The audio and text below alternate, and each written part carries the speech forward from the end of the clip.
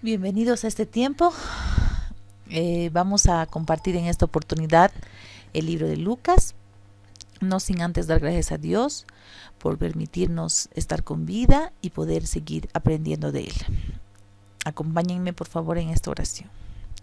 Amado Dios, gracias Señor, porque estamos vivos, Señor. Gracias Señor, porque somos inteligentes, Señor. Gracias Señor, porque nos permites compartir de ti. Gracias Señor, por unir tu iglesia, Padre, en un solo cuerpo, Señor. Gracias, Padre. Por favor, guíanos en el aprendizaje de este libro, Señor, y sé tú, Padre, guiándonos a que podamos, Señor, buscar de ti cada día, Señor. Gracias, Padre, en el nombre de Jesús. Amén. Vamos a ver ahora el libro de Lucas. Sí, es el tercer libro de la Biblia. Hemos visto Mateo, Marcos y Lucas. A esta fecha ustedes tienen que repasar los versículos que hemos ido mencionando en el transcurso de las grabaciones. En esta oportunidad vamos a ver de igual manera, puesto que el libro de Lucas menciona mucho del ministerio de Jesús de igualmente, ¿sí?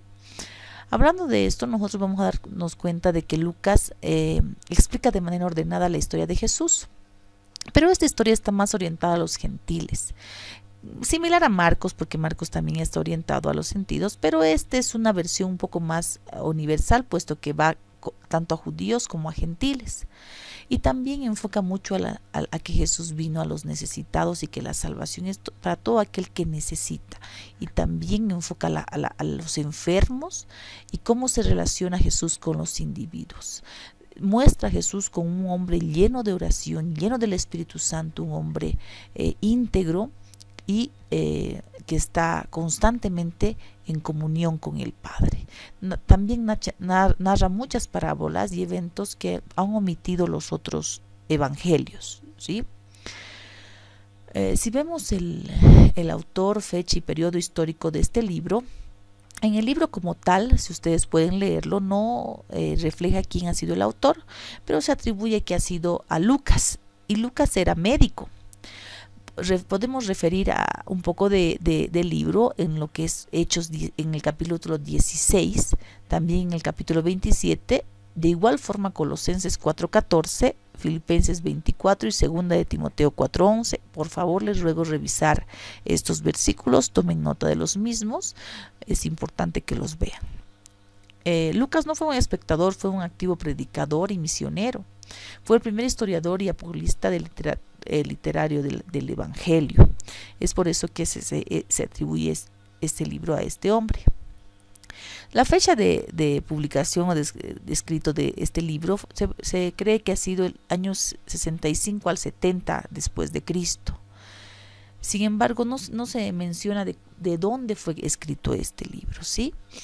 Esto narra desde antes del nacimiento del Juan el Bautista. Este libro menciona desde mucho antes del nacimiento de Juan el Bautista y hasta la resurrección de Jesucristo, ¿no? Y la ascensión del mismo, que más o menos ha sido del año 7 al 30, desde el año 7 antes de Cristo hasta el año 30 después de Cristo, puesto que Juan el Bautista nació antes que Jesús y esto también relata que estaba en el vientre de su madre, ¿no? ¿A quién fue escrito este libro? Claramente en Lucas 1:3 relata que este libro fue escrito a Teófilo, ¿no?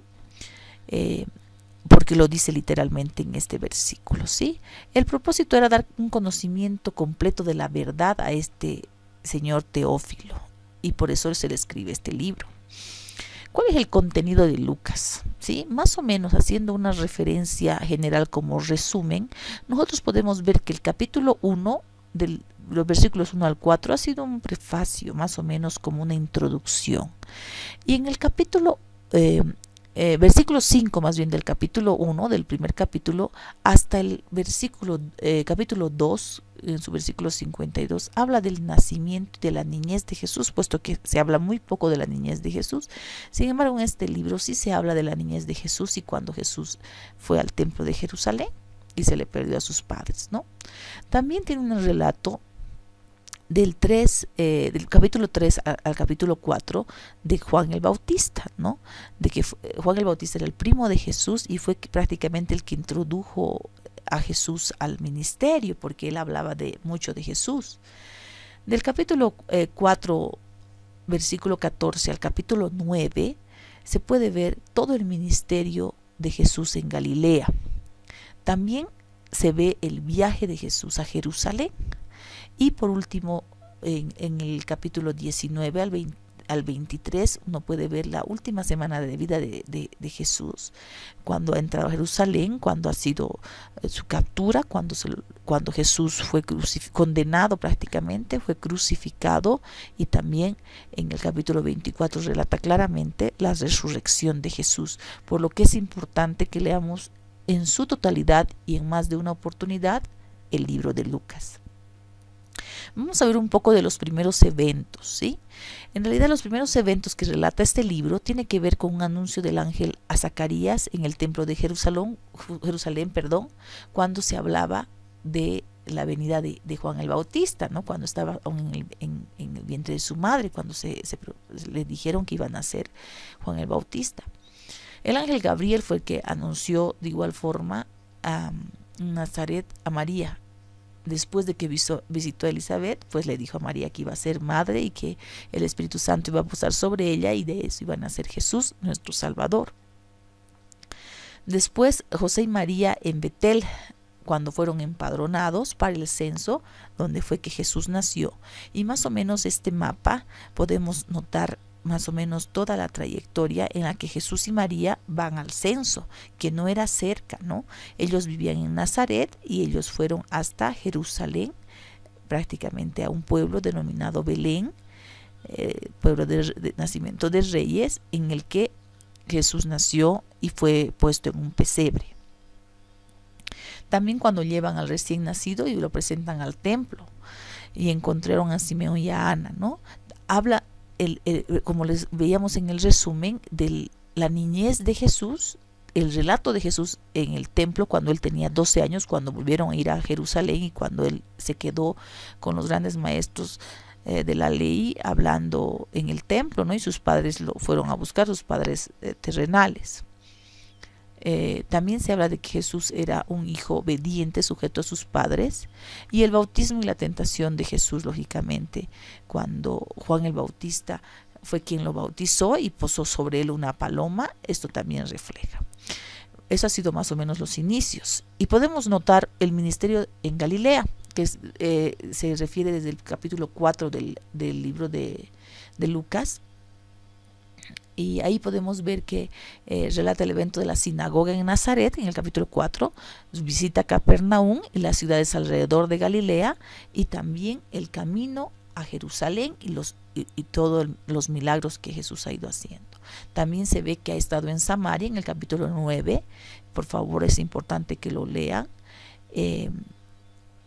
La forma en la que no recibieron a Jesús en la aldea, la parábola del buen samaritano, en el que Jesús enseña cómo deberíamos de ser nosotros con nuestro prójimo, su estancia en Betania y Judea, que refleja en el capítulo 10, también parte en el capítulo 13, de Perea a Jerusalén, su camino de Perea a Jerusalén, el ministerio final en Jerusalén y la entrada triunfal en el burrito cuando él entró a Jerusalén y le pusieron las palmas y gritaban Hosana. Jesús refleja este libro.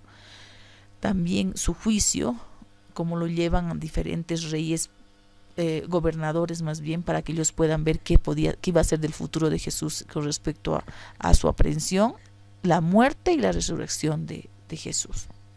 También refleja el camino de Maús, cuando Jesús fue a verse con sus discípulos, y la ascensión que fue en el monte de Olivar en Betania. Estas son unas cuantas de las características muy importantes vistas en Lucas con respecto al ministerio de Jesús.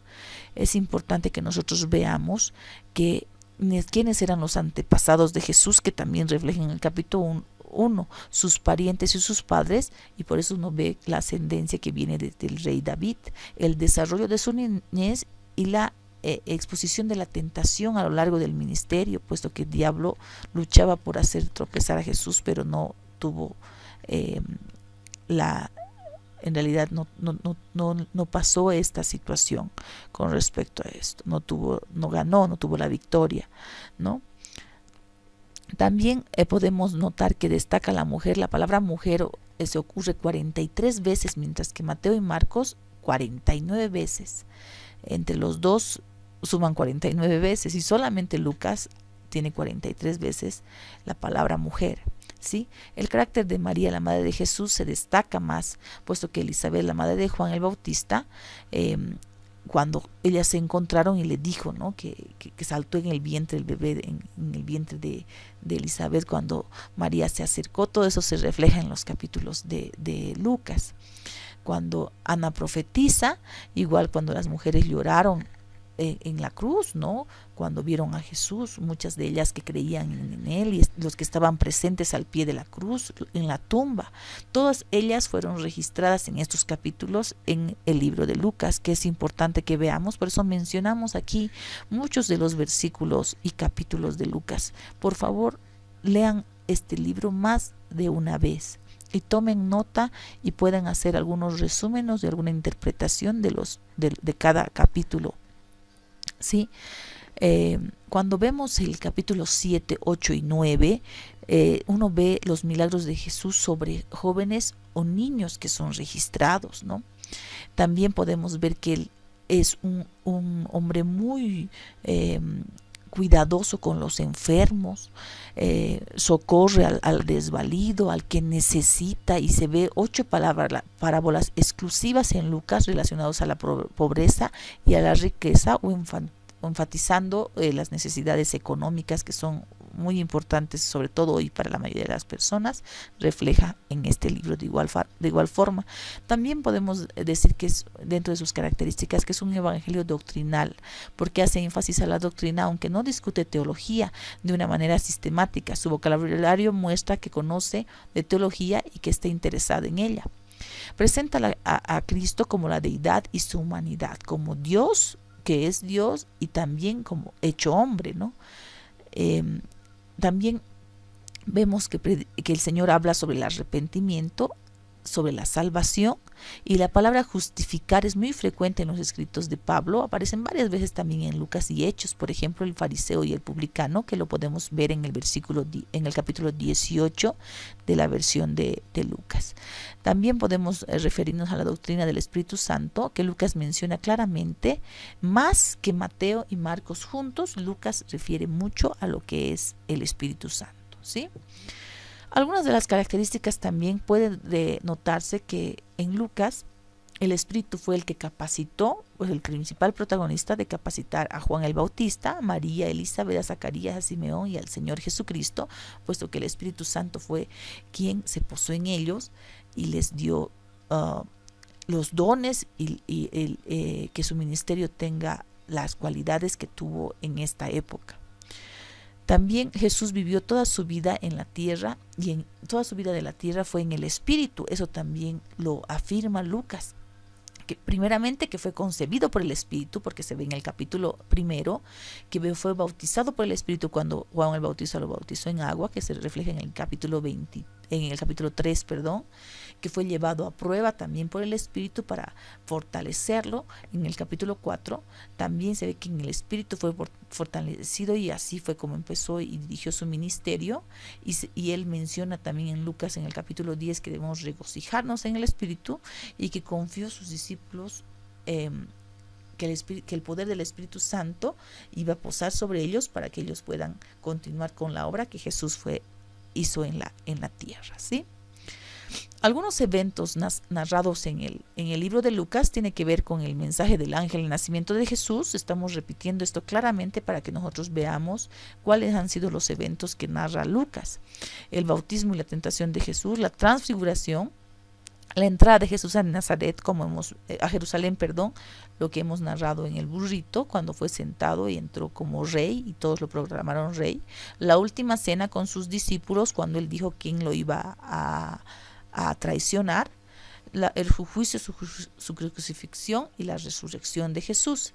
También podemos mencionar en los versículos, como hemos visto anteriormente, que hablaba del nacimiento de Juan, de Jesús cuando visitó a María, etc. Y es importante que nos pongamos a analizar los 6 milagros que tiene Lucas, que otros omitieron, los otros evangelios omitieron, por ejemplo, la pesca milagrosa, ¿sí? Cuando Jesús multiplicó los peces, que refleja en el capítulo 5. También cuando Jesús resucita a la viuda de Naín, que lo refleja en el capítulo 7, por lo que es importante que por favor lo repasen. Y cuando sana a la mujer encorvada, que tenía hace 18 años, ella no podía enderezar su cuerpo, y justamente la sana en el día de reposo, lo cual trae mucha polémica, puesto que los maestros de la ley de aquel entonces lo empezaron a juzgar, y esto refleja el capítulo 13. También Jesús sana a un hidrópico en el día de reposo, y eso refleja el libro de Lucas, y los otros evangelios no lo reflejan.